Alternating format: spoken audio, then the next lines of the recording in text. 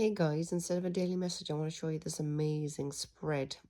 Now, I saw this on a short on YouTube. I will tag the lady who showed this spread. It's from almost a year ago. I might just, if I can share the short, I will. I'm not sure if I can, but I'll share a screenshot of it and you can go find her and find the video. So this is a 9-card spread for professional tarot readers, as she says. The way it works is this card in the center is the person you're reading about. And then you go down and clockwise, okay? And this is the last card. Now, the way it works is this is the person. These 4 cards, north, east, south, and west, are the influences around the person. This top line, spiritual plane, physical plane, and subconscious. Then we have past, present, and future. And then if you have any kind of other questions, you can read the 2 diagonals, okay? So this is a kind of a final card for me. Now, these are cards I pulled yesterday. What I was asking about was for new energies in relation to Madeline McCann. This case has always fascinated me, as it has done everyone around the world, let's face it. It is the only missing child case that is still talked about constantly. Now, about a week ago, you'll have to excuse my, I'm very nasally. My sinuses are acting the BOLLOX. So about a week ago, my daughter told me that allegedly, Madeline's name has come up in the Epstein files. So these cards were fascinating to me when I pulled them. So this is about the person, Madeline. The Chariot is a card of movement. So the chariot can represent a car or, any mode of transport. I would see this as her being transported out there.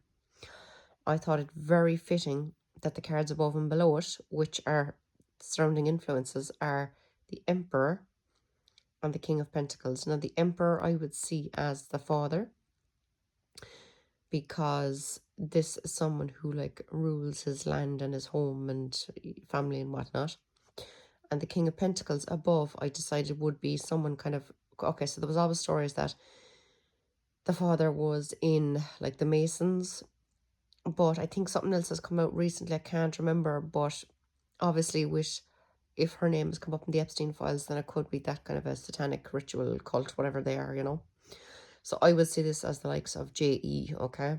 The person, this is the person with the money and everything, who's kind of running the whole show of what happened to the poor child, and then these 2, so those 4 being the surrounding influences. The Hanged Man is often seen as someone hanging upside down looking at things from a different perspective, but one word that goes with this card also, and it would relate more to true crime kind of stuff, would be sacrifice.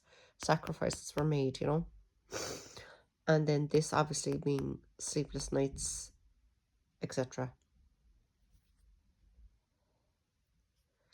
So top row, spiritual plane, physical plane, subconscious. Page of Swords. Swords is about thoughts. It's the mind. It's communication, right?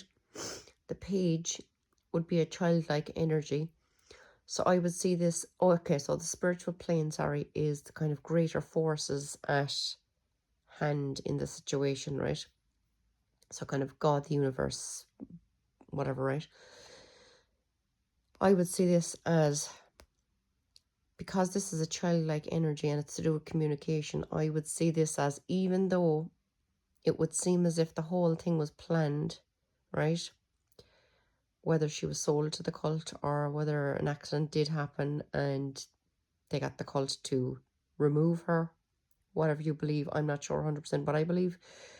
But even though I think it was planned, they did still have to move quickly. And I think the page would be telling us kind of that it wasn't 100% thought through properly. And also, I watched a medium doing a reading, contacting Madeline McCann a few years ago. And she also had cards, or someone else with her had cards, whichever. And cards came out that said, do you know the way they say that when we reincarnate on the earth, we reincarnate having chosen our life, our story, our path, right? So there was cards came out that said that Madeline knew what she was coming back to this earth for. You know, her short life on this earth was to show things that needed to be shown. Okay, so in this case, their lack of proper planning and communication and stuff led to this figure being brought down. This is the Ten of Swords. This is kind of rock bottom. This is what obviously it can be seen as a card of death because it's a fellow with 10 swords in his back. But on a spiritual plane, it's as if the lack of preparedness by this person in relation to this story and this person, this child, was meant to happen to bring down the cult involved. Do you get me? On a physical plane, yes, a sacrifice was made and a child moved, but they now have to live with this forever. They have to suffer the mental torture, if they do in fact have any, in relation to what happened, you know. Subconsciously, this being the father, I think, because these two cards, they both have their heads turned away, they're both kind of thinking, this is the past, present and future too, if you read it vertically. So like, this is a card of loss, okay? I'm not sure if these people feel any great loss, but this might suggest that they do, you know. And it just so happens that they had 3 kids and only one is gone, but there's 3 cups here and there's 2 there, which could be the 2 children they still have, you know. But they're still obviously looking to the past about what happened, because with all the new information out now, they're standing looking out to the ocean, so to speak, with worry and doubt as to how it's all going to end for them. And obviously they're there with their sleepless nights, because where did I get them?